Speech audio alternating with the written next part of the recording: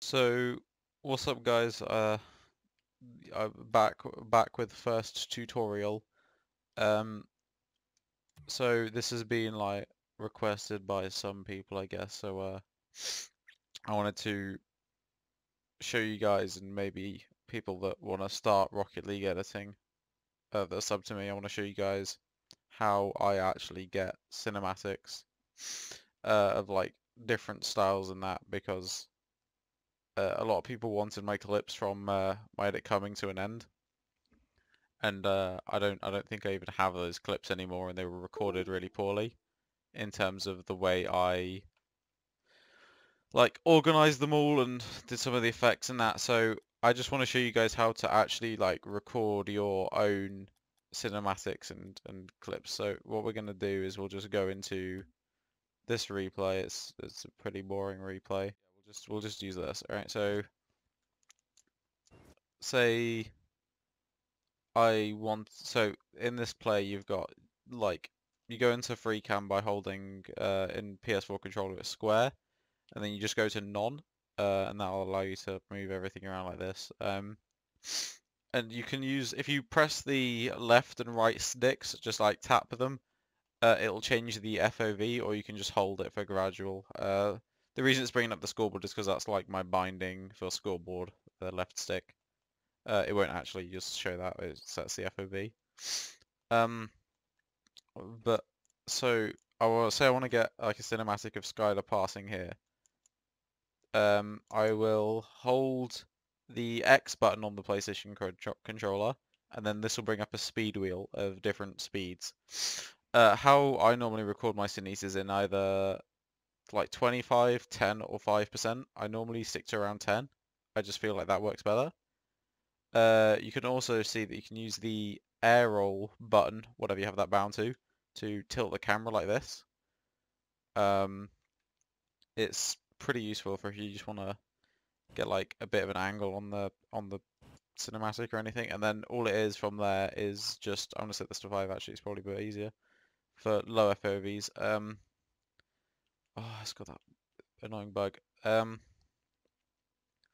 But then once you've got like the start position and everything set up, it might take a few attempts to actually get like a cinematic that you're happy with. So all you have to do is just press play and then record like steadily the cinematic that you want to record, like this, or something like that. And obviously if you don't like it, you can just go back. I'll just set the speed back to 100 because it takes back 5 seconds. And then just try and say make a cinematic that you're more happy with. It's very important when recording cines that you have like steady hands.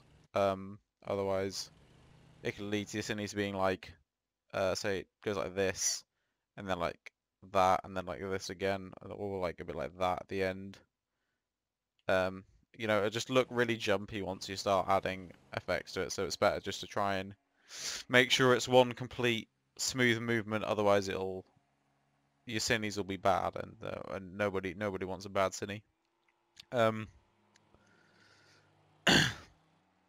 so obviously you can get like multiple cines to the same shot. So like say here, this is now Sony's passing. I could just like set the FOV to 100. Oh, by the way, press I think it's circle or on Xbox controller B to hide all the HUD and that, just so it's nice and clean. And so let's be back to 5%, and then start your recording, and then just do a smooth movement of the pass.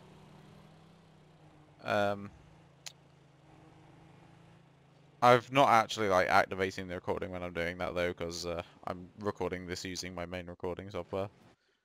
And then another thing you can do is you can like lift and lower the camera height with the triggers. Now this is a bit like more fiddly. You've got to be very. You can, if you're like somewhat advanced in recording Rocket League scenes, you can do like. You can sort of try and do 3 at the same time. sort of trigger movement and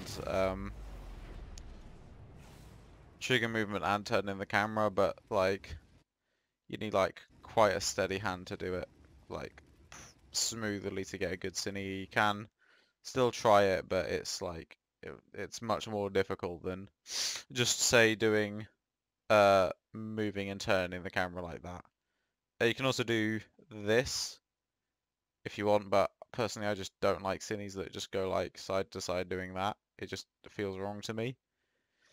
Um, it doesn't, like, I don't know, I feel like it needs to turn like this at least, or just sort of arc a bit, otherwise the movement doesn't feel right.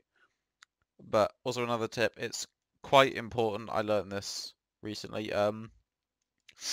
make sure that you have a lot of different FOVs in your edit, otherwise it can be a bit repetitive. Like in all my tiers, I used mainly low FOV shots, and after watching it through, I realized it did get quite boring. So if you say have one FOV shot like this, where you focus like quite on the car, then maybe try and switch to like, if there's like more going on, switch it to like a higher FOV,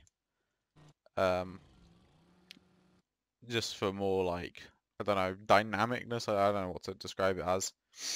But also make sure that when you're recording, have all of your graphic settings on like highest if you can. That's what I'd recommend. And if you're using Reshade, I don't know, I may make a Reshade tutorial, but I feel like a lot of people already know how to use it.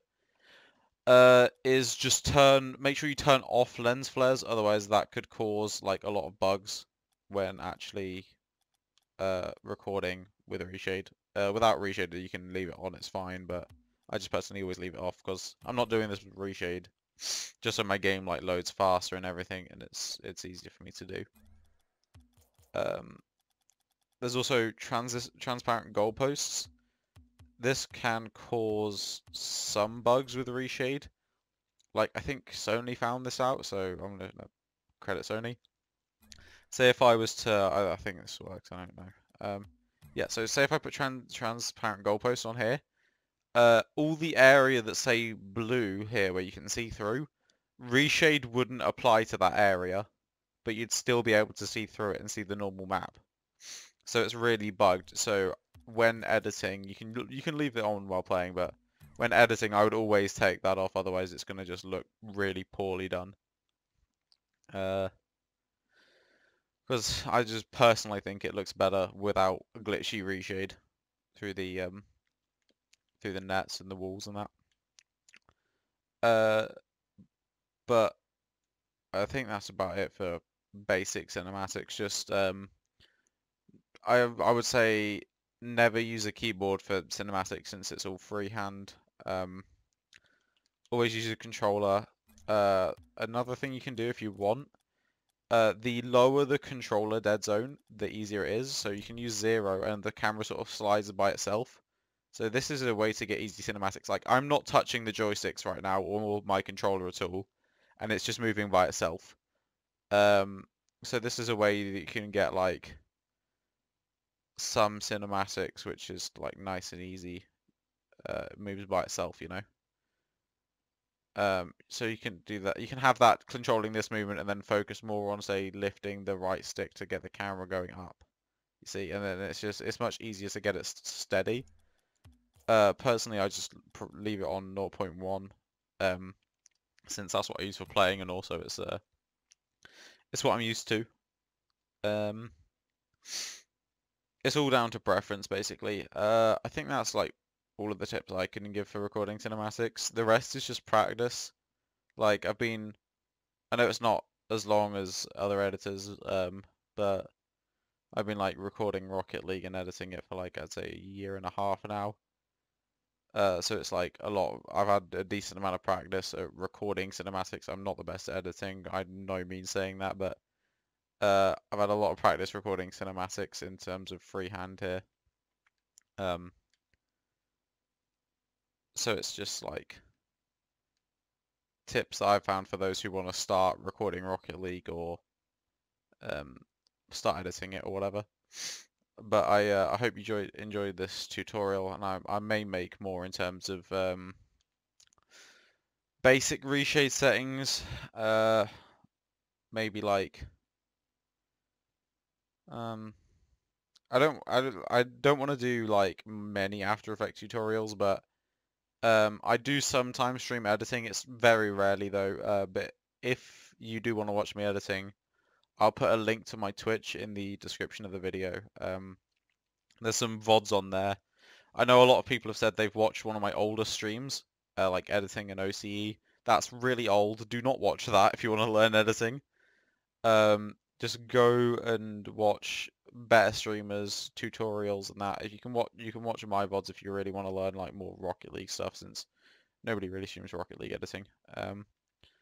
But either way, yeah, please like this tutorial and share it around if you found it useful. And I may make more. Bye.